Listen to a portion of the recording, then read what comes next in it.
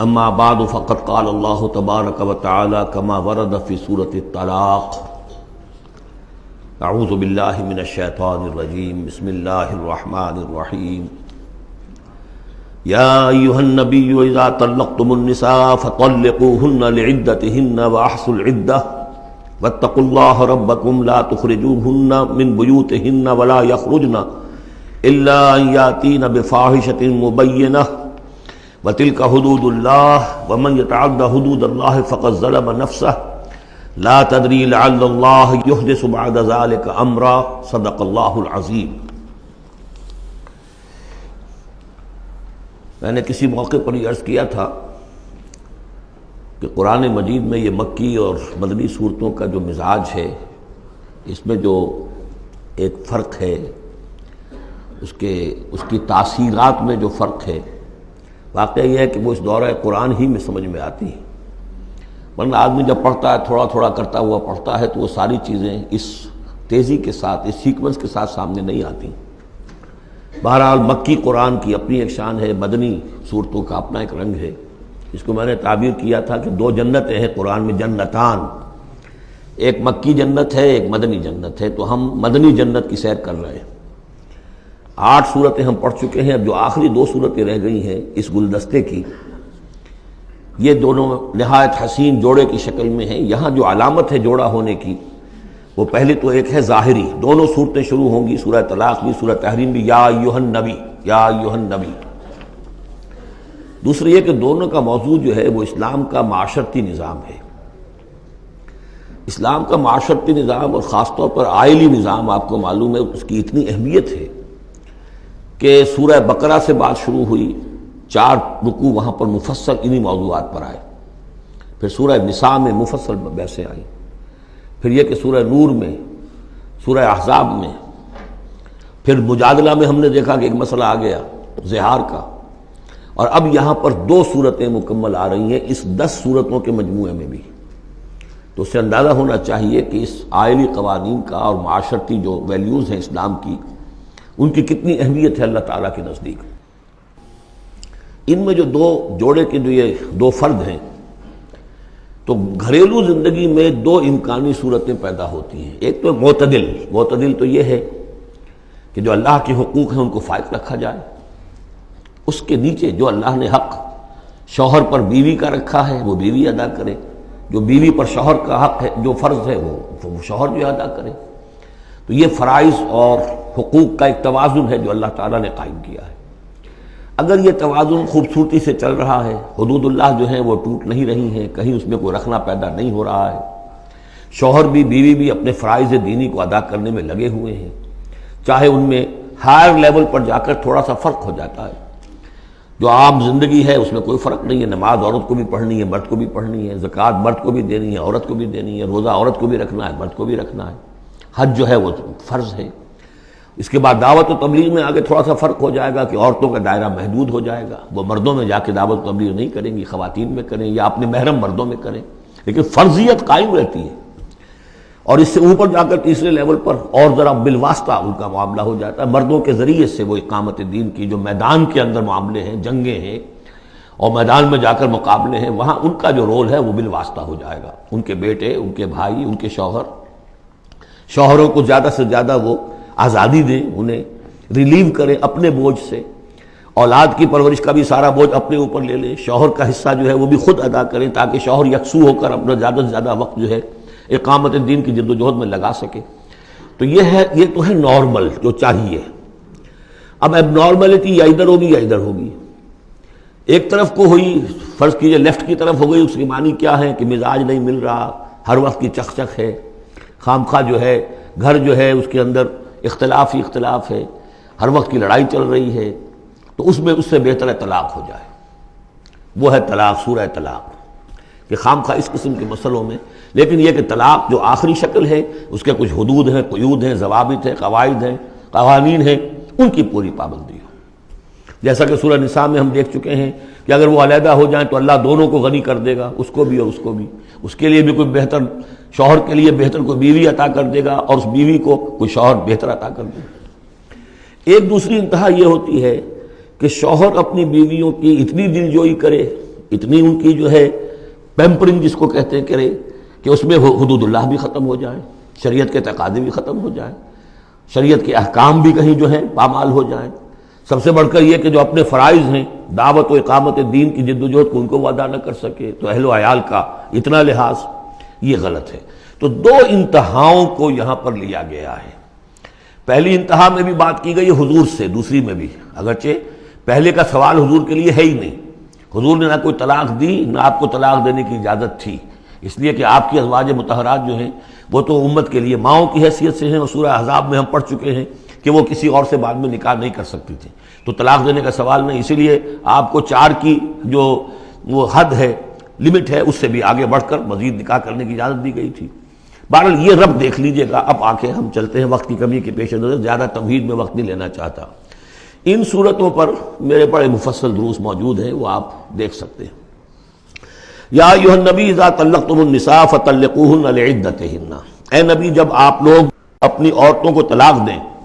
اب دیکھیے یا ایھا النبی واحد، طلقتم النساء فوراً جمع کا صیغہ، اس لیے کہ حضور سے تو یہ متعلق ہی نہیں ہے۔ حضور کو تو مسلمانوں کے نمائندے کی حیثیت سے اور معلم کی حیثیت سے اور ہادی کی حیثیت سے خطاب کیا گیا، اصل میں مسلمانوں سے ہے کہ جب تم طلاق دو اپنی بیویوں کو فطلقوہن لعدتہن، تو ان کی عدت کے حساب سے طلاق دو۔ عدت جو ہے وہ ایک تو یہ کہ طہر میں طلاق دی جائے، حیض کی حالت میں نہ ہو، اور پھر یہ ہے کہ اگر دینی ہی ہے تو پھر اس کے بعد بھی جو طلاق دی جائے وہ بھی پھر طہر کی حالت میں دی جائے۔ اس طریقے سے جو بھی قوانین ہیں، وَأَحْصُوا الْعِدَّةَ، عدت کا پورا لحاظ رکھو۔ وہ عدت اس طریقے سے بھی ہے کہ مطلقہ جو ہے جو عدت اس کی ہوگی اس کے اندر وہ کوئی اور شادی نہیں کر سکتی، البتہ عدت پوری کرنے کے بعد وہ آزاد ہوگی۔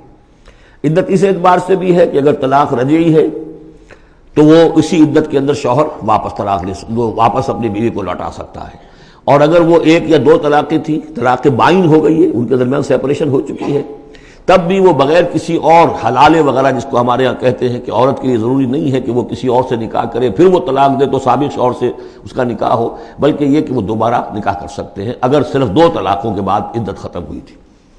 تو یہ تمام قواعد و ضوابط ہیں۔ واتقوا اللہ ربکم، اور اللہ کا تقوی اختیار کرو جو تمہارا رب ہے۔ لا تخرجوہن من بیوتہن، انہیں مت نکال باہر کرو ان کے گھروں سے کہ بس غصے میں آئے ہوئے ابھی طلاق بھی نکل جاؤ میرے گھر سے، یہ نہیں، یہ قطعاً غلط بات ہے۔ اس کی عدت ہے اور اس عدت کے اندر وہ تمہارے ہاں رہ سکتی ہے، تمہیں رکھنا ہے اسے اپنے ہاں۔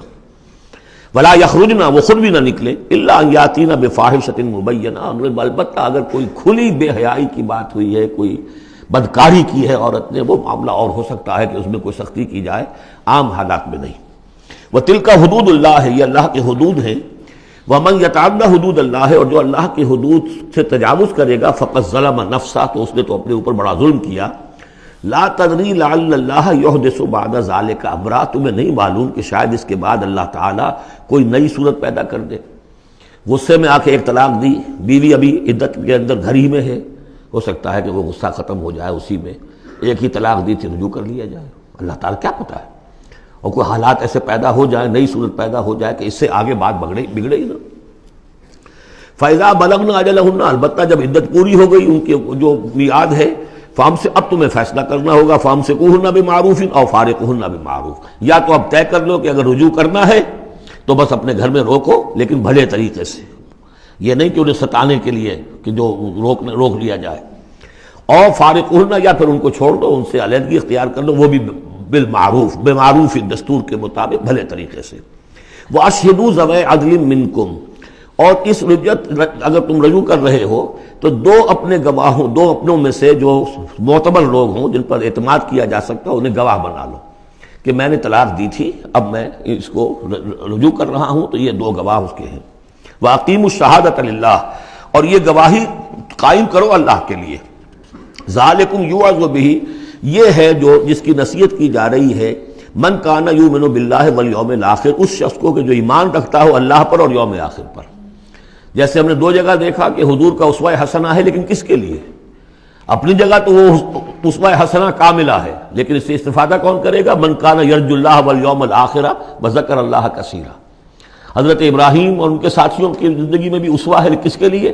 من کان یرجو اللہ والیوم الآخر۔ اسی طرح یہاں فرمایا ذالک یوعظ بہ، یہ وعد اور نصیحت تو کی جا رہی ہے، لیکن کس کے لیے؟ من کان یؤمن باللہ والیوم الآخر، جو ایمان رکھتا ہو اللہ پر اور یوم آخر پر۔ اب اس کے بعد اس سورہ مبارکہ میں یہ بڑا عجیب مقام ہے اس اعتبار سے قرآن کا۔ عجیب اس کے معنی کیا ہے؟ دل لبھانے والا، حسین۔ یہاں اللہ کے تقوی کا جو مقام اور مرتبہ واضح کیا جا رہا ہے اللہ کی نگاہ میں، اگر واقعتاً حقیقی تقوی ہے، صحیح تقوی ہے، قلب کا تقوی ہے، جیسے کہ حضور فرماتے تھے اپنے دست مبارک سے 3 مرتبہ آپ نے اشارہ کیا اپنے سیرہ مبارک کی طرف، التقوی ہا ہونا، التقوی ہا ہونا، التقوی ہا، تقوی یہاں ہوتا ہے۔ دل میں تقوی ہے تو تقوی ہے، باقی لباس اور وضاقت یہ ساری متقیوں کسی بنا لی اور اندر کا معاملہ نہیں ہے تو یہ بہروپ ہے، یہ تقوی نہیں ہے۔ لیکن حقیقی تقوی ہو تو پھر اس کا کیا مقام ہے؟ اب دیکھیے پہلی بات آ رہی ہے، وَمَن يَتَّقِ اللَّهَ يَجْعَلْ لَهُ مَخْرَجًا، جو شخص اللہ کا تقوی اختیار کرے گا اللہ اس کے لیے راستہ پیدا کر دے گا، جہاں بالکل نظر نہیں آئے گا کہ کوئی راستہ، اللہ راستہ پیدا کر دے گا۔ بالکل نظر نہیں آ رہا تھا موسیٰ کے ساتھیوں کو کہ اب کیسے بچیں گے، پیچھے لشکر آگے، آگے سمندر ہے، اللہ نے راستہ پیدا کیا۔ خود حضرت ابو بکر کا جو حال ہو گیا تھا کہ حضور اگر انہوں نے ذرا بھی دیکھ لیا، نیچے اپنے قدموں کی طرف بھی نگاہ ڈالی تو ہم نظر آ جائیں گے، آپ نے فرمایا لا تحزن ان اللہ معنا، راستہ نکالتا اللہ۔ پھر حضور گئے طائف، لیکن وہاں سے خالی ہاتھ آئے، مدینے میں اللہ نے خود ہی کھڑکی کھول دی، 6 آدمی ایمان لے آئے، آپ گئے ہی نہیں اور وہاں انقلاب بھی آ گیا۔ عظیم، اس اعتبار سے اللہ مخرج پیدا کرتا ہے۔ تم صحیح طریقے پر چلتے رہو، تقوی اختیار کرو، صحیح راستے پر جد و جہد کرو، یہ کام اللہ پر چھوڑو۔ کب اسے منظور ہے اس کا کامیاب ہونا؟ جب ہوگا وہ راستہ ایسا کھول دے گا کہ تمہیں گمان بھی نہیں ہوگا۔ وَيَرْزُقْهُ مِنْ حَيْثُ لَا يَحْتَسِبُ، اور اسے رزق دے گا وہاں سے جہاں سے اسے گمان بھی نہیں ہوگا۔ اقامت دین کی جد و جہد ہو، غلبہ دین کی جد و جہد ہو، اپنے آپ کو ان صلاتی و نسکی و محیایا و مماتی اس کا فیصلہ کرنا ہو تو سب سے بڑی رکاوٹ آتی، کھائیں گے کیا؟ تو اللہ تو کہتا ہے راضی میں ہوں، ہے ایمان اور یقین اس پر، کر کے دیکھو تو صحیح، اس پر اعتماد تو کرو۔ لیکن یہ کہ اس پر اعتماد کرنا، توکل، بڑی مشکل بات ہے۔ وہ تو جتنا ایمان ہوگا اتنا ہی اعتماد ہوگا، اور گہرا ایمان ہوگا گہرا اعتماد ہوگا۔ وَمَن يَتَّقِ اللَّهَ يَجْعَلْ لَهُ مَخْرَجًا وَيَرْزُقْهُ مِنْ حَيْثُ لَا يَحْتَسِبُ وَمَن يَتَوَكَّلْ عَلَى اللَّهِ فَهُوَ حَسْبُهُ۔ یہ تو ابھی تقوی والے کی بات ہے کہ وہ وہاں سے رزق دے گا جہاں سے اسے ملے گا بھی نہیں، اور جس نے اللہ پر توکل کر لیا تو وہ اس کے لیے بہت کافی ہو جائے گا۔ توکل کر کے تو دیکھو، حسبہ، وہ اس کے لیے کافی ہے۔ یہاں تک فرمایا ہے حدیث میں، من کان فی حاجت اخیہ کان اللہ فی حاجتہ، اگر کوئی مسلمان اپنے کسی بھائی کی ضرورت پوری کرنے میں لگ رہا ہے، اپنا وقت صرف کر رہا ہے، اللہ اس کی ضرورت پوری کرنی شروع کر دیتا ہے۔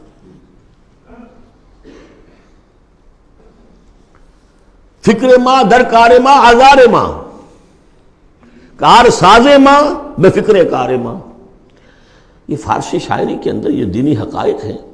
کار ساز ماں بے فکر کار ماں، میرا کارساز میرے کاموں کی فکر کر رہا ہے، میں نے اپنے آپ کو اس کے کام کے لیے لگا دیا۔ وہ دنیا میں بھی ذرا سا بھی کوئی شریف انسان ہوگا، آپ اس کے ہو جائیں وہ آپ کو چھوڑ دے گا پھر کہیں؟ شرافت ہو، مروت ہو اس میں، آپ اللہ کے بن کر تو دیکھیے، پھر وہ کارساز ہے۔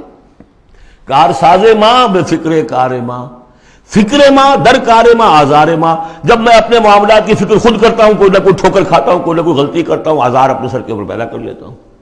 اپنے آپ کو حوالے کرو، اس کا نام ہے تفویض الامر الی اللہ، افوض امری الی اللہ ان اللہ بصیر بالعباد۔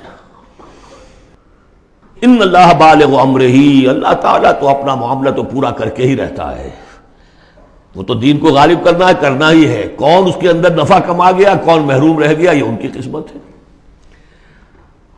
ابو بکر اور عمر اور عثمان اور علی اور عبد الرحمن ابن عوف یہ اپنی بازی جیت گئے، ابو جہل ابو لہب محروم رہ گئے، یہ تو اب ان کا معاملہ ہے۔ اللہ تو اپنی بات پوری کرا دے گا، اور اس دنیا کے ختم ہونے سے پہلے پہلے پورے کل ارضی پر اللہ کا دین غالب ہوگا، یہ ہونا ہے۔ دیکھنا یہ ہے کہ تم اس بہتی گنگا میں کو ہاتھ دھونے کو تیار ہو یا نہیں، یا تم محرومین کی فہرست میں اپنے آپ کو لانا چاہتے ہو۔ بس اپنا تن من دھن لگا دو، اس کے اندر تمہاری ہڈیوں کا چورا ہو کر بھی اس نئی تعمیر کی بنیادوں میں اگر لگ جائے تو بہت بڑی کامیابی ہے۔ قد جعل اللہ لکل شیء قدرا، بہت عمدہ مقام ہے، اللہ نے ہر چیز کے لیے ایک اندازہ مقرر کیا ہوا ہے، کب اللہ کی مدد آئے گی یہ بھی اس نے طے کیا ہوتا ہے۔ You have to qualify, pre qualification conditions ہیں، تب مدد آئے گی، یوں نہیں آتی مدد۔ اپنا سب کچھ لگا دو پھر کہو کہ اللہ میری 15 برس کی کمائی کل میدان میں میں نے وجود ڈالی ہوئی ہے، 15 برس کی کمائی، دن کی اور رات کی کوششیں ہیں میری، صبح اور شام کی کوششیں ہیں میری، 15 برس وہ میدان میں نے لا کے ڈال دی ہے۔ تب پکارو اللہ کو۔ اپنا مال بچا کے رکھنا ہے، اپنی مستقبل کو بھی بچانا ہے، اپنی اولاد کو بھی بچانا ہے، اور اللہ کا دین غالب ہو جائے، کہیں نام لکھا کے کسی جماعت میں شامل ہو کر بڑا تیر مار دیا، گویا کہ اللہ تعالیٰ تو جانتا ہی نہیں کتنی کنٹریبیوشن ہے، کتنا ایثار ہے، کتنی قربانی ہے، کتنا وقت ہے، کتنی محنت ہے، اللہ جانتا ہے۔ باقی اس نے ہر چیز کا ایک اندازہ مقرر کیا ہوا ہے۔ اب اس کے بعد پھر آ رہا ہے وہی طلاق کا معاملہ، واللائی یئسن من المحیض من نسائکم، اور تمہارے ہاں کی وہ خواتین کے جن کا حیض کا سلسلہ بند ہو چکا ہو، مایوس ہو چکی ہو حیض سے، ان ارتبتم فعدتہن ثلاثۃ اشہر، اگر اس میں کوئی شک بھی ہو تو پھر 3 مہینے عدت ہو جائیں گے۔ اب حیض تو آ نہیں رہا کہ 3 ہے طہور اور 3 حیض کا کوئی حساب کیا جائے۔ واللائی لم یحضن، اور وہ ابھی بچپن میں نکاح ہو گیا کیونکہ ہو جاتا تھا، اور ابھی بچی کو جو ہے وہ ابھی ایام شروع ہی نہیں ہوئے ہیں، تو اب ان کی عدت کیسے ہوگی اگر ان کو طلاق دے دی گئی؟ تو ان کے لیے بھی یہ کہ 3 مہینے۔ وَأُولَاتُ الْأَحْمَالِ أَجَلُهُنَّ أَن يَضَعْنَ حَمْلَهُنَّ، اور جو حاملہ ہوں ان کی پھر عدت یہ ہے کہ وہ وضع حمل ہو جائے، بچے کی پیدائش ہو جائے، اس کے بعد وہ ان کی جو ہے عدت ختم ہوگی۔ یہ بھی ہو سکتا ہے کہ پورے 8 مہینے لگ جائیں، 9 مہینے لگ جائیں، 4 مہینے ہو، 6 ہو، واللہ اعلم۔ وَمَن يَتَّقِ اللَّهَ، پھر دیکھیے تقویٰ، وَمَن يَتَّقِ اللَّهَ يَجْعَل لَّهُ مِنْ أَمْرِهِ يُسْرًا، جو اللہ کا تقویٰ اختیار کرتا ہے اللہ اس کے کاموں میں آسانی پیدا کر دیتا۔ فَسَنُيَسِّرُهُ لِلْيُسْرَىٰ، ذالک امر اللہ انزلہ الیکم، یہ اللہ کا حکم ہے جو اس نے نازل کر دیا ہے تمہاری طرف، اللہ یہ ذمہ داری لے رہا ہے اپنے اوپر۔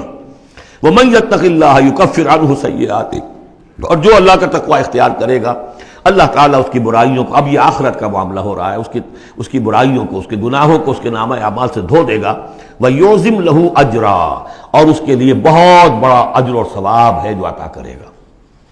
اسکنوہن من حیث سکنتم من وجدکم، اب کسی عورت کو طلاق دی ہے، ایک طلاق دی ہے، عدت میں رکھنا ہے گھر میں، وہ پہلے آ چکا ہے، لیکن گھر میں ایسا نہ ہو کہ کہیں کسی ملازمہ کی کوٹڑی میں ڈال دو اس کو۔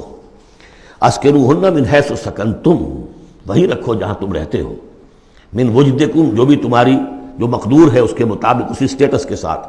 ولا تضاروہن لتضیقوا علیہن، اور انہیں کوئی تکلیف نہ پہنچاؤ کہ ان پر تنگی کر دو کہ وہ خود ہی جلدی سے روانہ ہو جائیں، گھر چھوڑ کے نکلنے پہ مجبور ہو جائیں۔ وَإِن كُنَّ أُولَاتِ حَمْلٍ، اور اگر وہ حاملہ ہوں، فَأَنفِقُوا عَلَيْهِنَّ، تو اب ان کے اوپر خرچ کرو، ان کا نان نفقہ وہ تمہارے ذمے ہے، حَتَّى يَضَعْنَ حَمْلَهُنَّ، یہاں تک کہ پھر وہ واضح حمل سے فارغ ہو جائیں۔ فَإِنْ أَرْضَعْنَ لَكُمْ، پھر اگر وہ تمہارے لیے، تمہارے بچہ تو تمہارا ہے، اس کو اگر دودھ پلاتی ہیں، فَآتُوهُنَّ أُجُورَهُنَّ، تو انہیں ان کا اجر اور ان کا بدلہ عطا کرو۔ وَاعْتَمِرُوا بَيْنَكُمْ بِمَعْرُوفٍ، اور آپس میں مشورہ کر لیا کرو بڑے بھلے طریقے سے۔ اگر طلاق بھی ہو گئی کوئی بات نہیں، انسان تو ہے نا، انسانی سطح پر، اب شوہر بیوی نہیں رہے لیکن انسان تو ہے، انسانی سطح کے اوپر بات کر لی جائے۔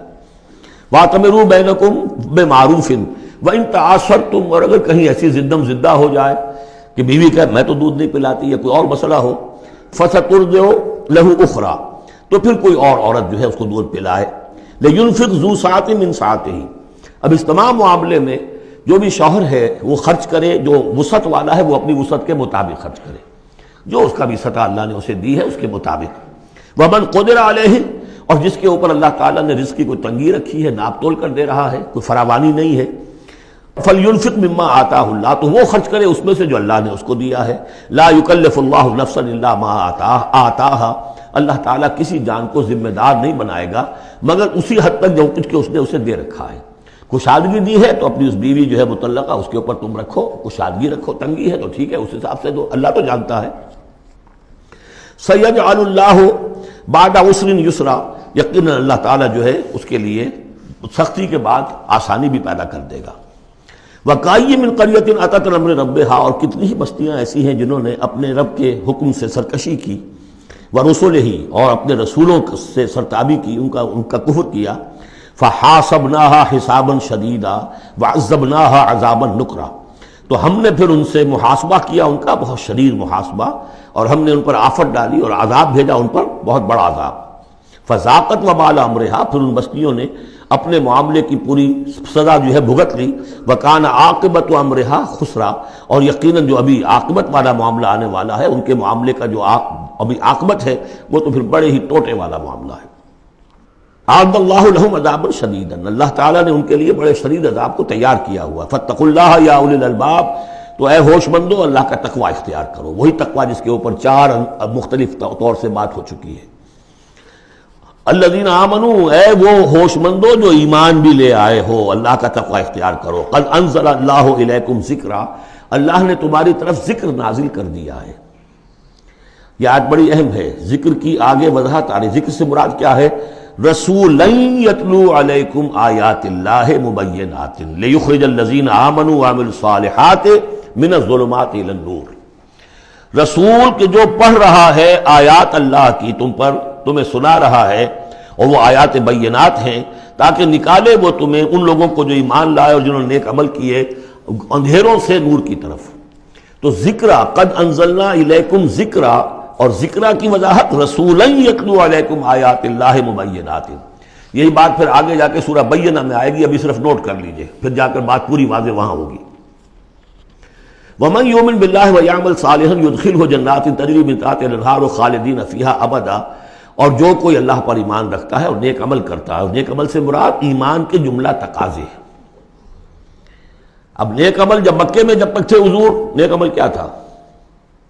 ابھی شراب بھی حرام نہیں ہے، جوا بھی حرام نہیں ہے، سود بھی حرام نہیں ہے، پہلے 10 برس نماز پنجگانا بھی نہیں ہے۔ اس وقت نیک عمل کا کیا مطلب ہے؟